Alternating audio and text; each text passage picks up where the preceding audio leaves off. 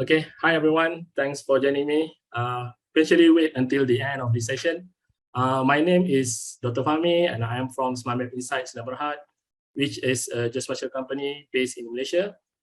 First of all, I would like to thank SuperMap Malaysia for inviting me as one of the presenter in the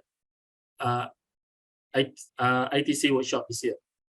Today's presentation, or I might say sharing session, is more about a study case that we've done last year involving SuperMap iDesktop product that we want to identify a cell tower detection that have been requested by one of the government agency in Malaysia. Okay, for today's presentation, I would like to divide into 5 parts. The first 4 parts is basically about, I want to share about what is machine learning is all about, what is machine learning in GIS overview, and how we get the cell tower location, and what is the satellite imagery overview. And then lastly, I would like to share our study case, how we detect cell tower using SuperMap iDesktop. Now we take a look what is machine learning. Artificial intelligence is the simulation of human intelligence process by machine, especially computer system. Specific application of AI include expert system, natural language processing, speech recognition, and machine learning. And what is different between AI, ML, and DL? An AI is a technique which enables machine to mimic human behavior, while machine learning is focused on enabling computer to perform tasks without explicit programming using statistical method. And lastly, the subset of the machine learning is deep learning. Artificial neural network or algorithms with brain-like logical structure adapt and learn from vast amount of data. The artificial intelligence is already started in 1950, and this is started by the theoretical concept. And later in 1980, when the computer system is more evolved at that time, machine learning began to flourish. And in the 2010 and above, where the use of GPU and CPU is good at that time, the deep learning breakthrough drive and AI boom. So the difference between AI and machine learning is deep learning is practically depend amount of data, where the large amount of data will create a perfect or perform an accuracy of that model. Machine learning and deep learning are both types of AI. In short, machine learning is AI that can automatically adapt with minimal human interference. Deep learning is a subset of a machine learning that use artificial neural network to mimic the learning process of human brain. And then let's take a look on machine learning in GIS. The intersection of AI and GIS is creating massive opportunity that we are not possible before. AI, machine learning, and deep learning are helping us make the world better. Machine learning has been a core component of spatial analysis in GIS. This tool and algorithm have been applied to geoprocessing tool to solve problems in 3 broad categories: classification, clustering, prediction, and algorithm. These are the 4 part of the deep learning that have been used. The first part is image classification, where we can see a cute image of cat, identify this is a cat, and we can reapply it into GIS, where we identify the human or death of the crowd.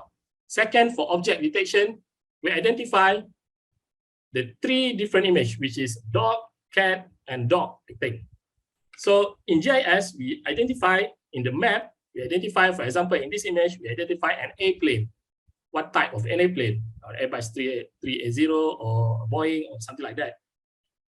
And the third one is semantic segmentation, where we identify the type of road, river, or land in that map. And lastly is instance segmentation. We, with the same type of the image, for example, the 3 type of the cat, we identify what type of cat is this, and we can mimic that application into the GIS application, where we identify what type of object. For example, is this house, what type of house, and so on. In this presentation, I'm more likely to discuss on what is object detection. Object detection is the computer need to find an object within an image as well as their location. This is a very important task in GIS, finding what is in satellite, aerial, or drone imagery. Locating it and plotting it on a map, this can be used for infrastructure, mapping, anomaly detection, and feature extraction. For example, in this image, we identify the swimming pool that detect within residential parcel.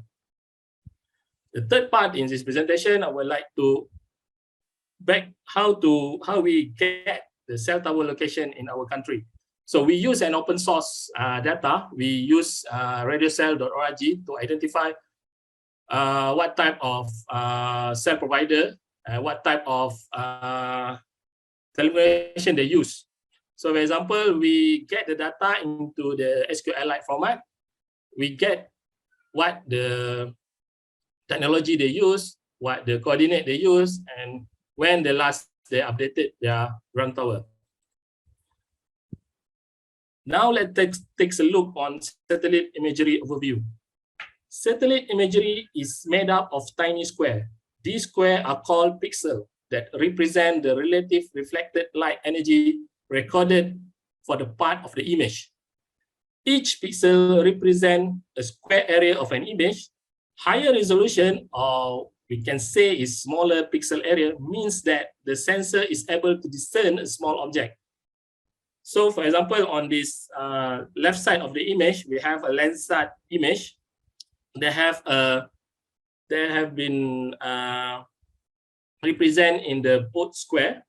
For example, in this image is black, white, and gray. So that black and white and gray has been already had the digital number, what type of the color they use, what type of how high the image is this, and the resolution and on the right side of the image is how the image is represented. For 1 meter, the pixel is a bit small, so we get the high resolution of the image. So this is the example of the satellite imagery that we use for the different resolution. So we have a 30-meter resolution that look like a course. 50-meter resolution is look like okay for some part of the study, and 1 meter resolution we can get a high resolution of the data. So different resolution will use on different type of study. For example, if you're for geological study or you're from natural study, you can use 30-meter resolution or 50-meter resolution. But for this study, for object detection, we likely use 1 meter resolution and below. For example, for low resolution, image satellite is over 60-meter pixel. For medium resolution is about the range of 10 meter to 30 meter pixel. And for high or very high resolution is 50 centimeter to 5 meter pixel per pixel. So this is the example of what satellite image we use to detect the cell tower. So you can see the having a nether effect in this application. We use a Google image. We collect this image and we stitch together. And then we can see the different view of the mobile-based tower. You can see after this. Okay, last part is I want to share our study case, how we detect cell tower using SuperMap iDesktop. For the objective of this study is basically to detect the ground-based tower from satellite image using the object detection tool in SuperMap iDesktop X. Satellite image used for this project are from Google, with resolution of 50 meter. And the city of Ipoh in Perak, Malaysia has been selected for this test with the total area cover 259 kilometers. Instead of using one large raster file, which will take up a lot of time, we clip the imagery into 6x6 tile for easy management and speed up the feature extraction process. So this is the image we use during the study. The resolution of the imagery is about 15 meters. The imagery have been clipped into 6x6 tile, with size of each tile are 7.1 kilometers square. And then why we use AI to identify mobile cell tower? First, basically, it can be used for stakeholder to check that mobile cell tower is registered with authority. This is to make sure there is no illegal cell tower has been operated or installed in that area. And second is to ensure the vendor that supply and install the telco tower installed at designated location and follow all the procedure of the installation.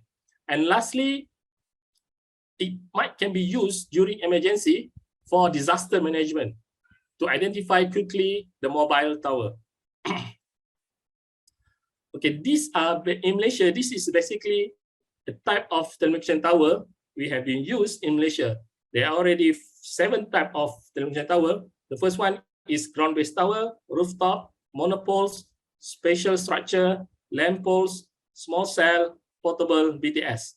And for this study, we only interested to detect the ground-based tower due to the limitation of our imagery data. We use the open source data, so we don't get any good high resolution data. So the first step used is a feature extraction method. So it has a 3-step. The first process of we use the SuperMap concept of, we call it GeoAI workflow. The first process of GeoAI is the data preparation, including the collection and storage, especially to fully prepare sample data. Then the second step is the construction of the model, including training, evolution, transformation, update, and generated model. Determine the parameter, and then the next step is model publishing, application, and so on. This process takes many iterations to find more practical result. So depending on the size of the training data, SuperMap provides training tool include SuperMap iDesktop-X. The latter is more suitable for the large-scale training data generation in the batches.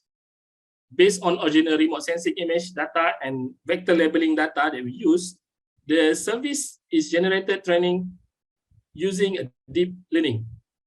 For the training sample data, it is necessary to generate the training sample data and train the model through the basic data provided by the user, so that ensure the accuracy of the model as much as possible. So this is a process that we involve in the SuperMap iDesktop. The first part is sample generation, where we add the vector data and also the imagery data as a part of the training data. And second process is model training, where after the create a training data, we add the training data into model training and use the SuperMap algorithm that have been created. And then we set an epoch for this project, for this study. We use a 10 epoch. And then lastly, for object detection, we want to use the object detection to detect the object.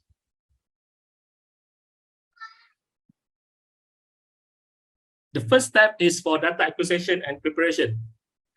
The data set that need to be prepared contain image data and label data for the specific location of the feature that want to identify. Taking the deep learning as an example, the data set that need to be prepared contain image data and label data for the specific location of the feature you want to identify.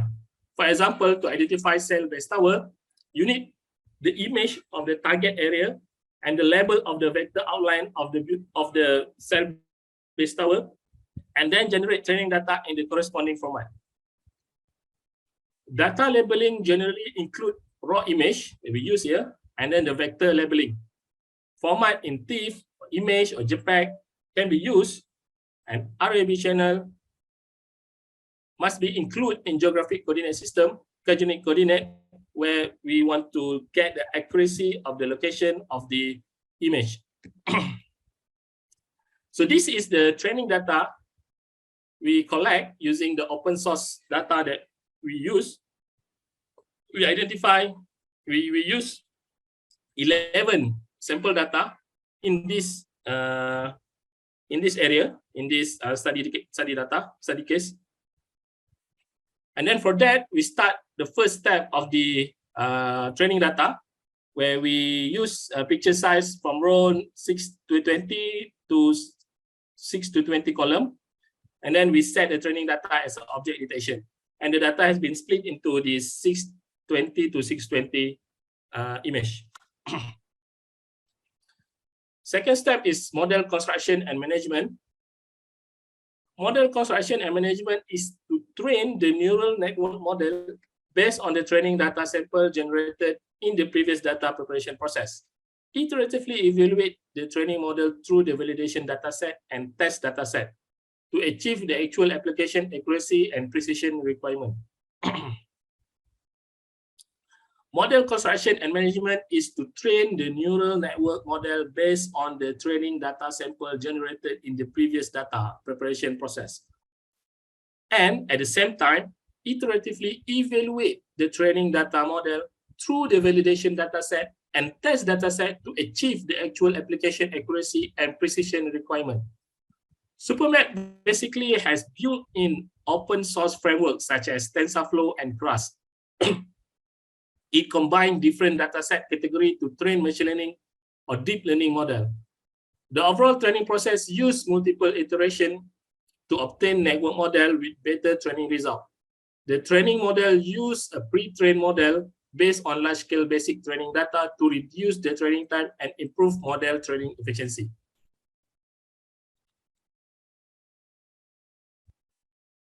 Okay. Now let's take a look what is the model validation is all about. In general, deep learning algorithm combine classification and regression tasks in various ways. For example, in the object detection task, you need to predict a bounding box or regression, we call it, and as a class inside the bounding box as a classification. In real life, it might be challenging to evaluate at all once. This is where the iteration over union comes to the make. IOU means intersection over union, a metric used to evaluate deep learning algorithm by estimating how well a predicted mask or bounding box match the ground truth data. So for example, if it's impossible to get IOU1, if it's a theoretical concept to get the IOU1, but the model is close to 1 is a very good data. Now, the second step also, this is the second step we use is a model training. We use model training, the previous process, add into this model training data, and we use epoch 10. And then we run into the SuperMap iDesktop. And currently, SuperMap support multiple network model, include UNet and faster RCNN.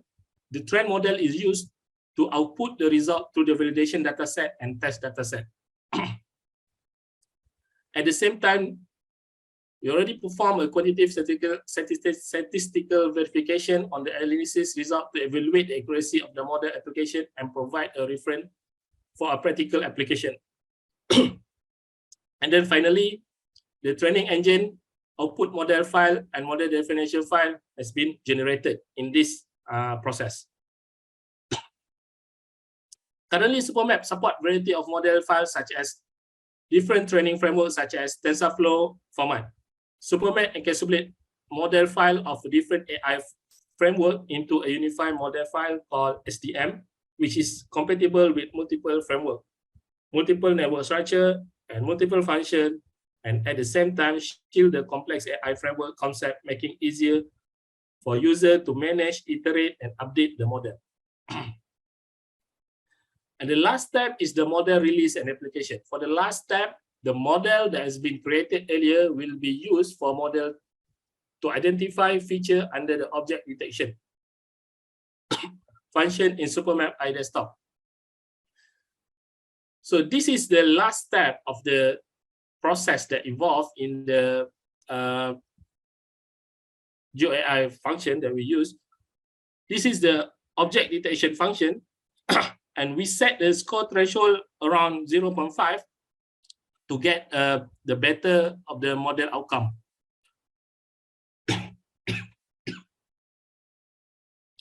And lastly, this is the result of the study. The score threshold criteria for the object detection is set more than 0.5. Using model training data that have been created per object detection process, SuperMap identify another 8 ground-based tower in this area. Score for each object detection were good, which is more than 0.6. And then the approximate time for each step as follow. Step 1, to create the training data, it only create around 5 minutes, times. The second step is to create model data. It's only generated around 10 minutes. And then the last step of object detection is take only 15 minutes. So the overall process for object detection in the SuperMap desktop is roughly around 30 minutes or 40 minutes like that. So this is the new, we call it the cell-based tower that identified by SuperMap iDesktop. Another 8 cell-based tower that identified by SuperMap iDesktop. And then this is my last slide. And thank you for patiently wait until the end of this session.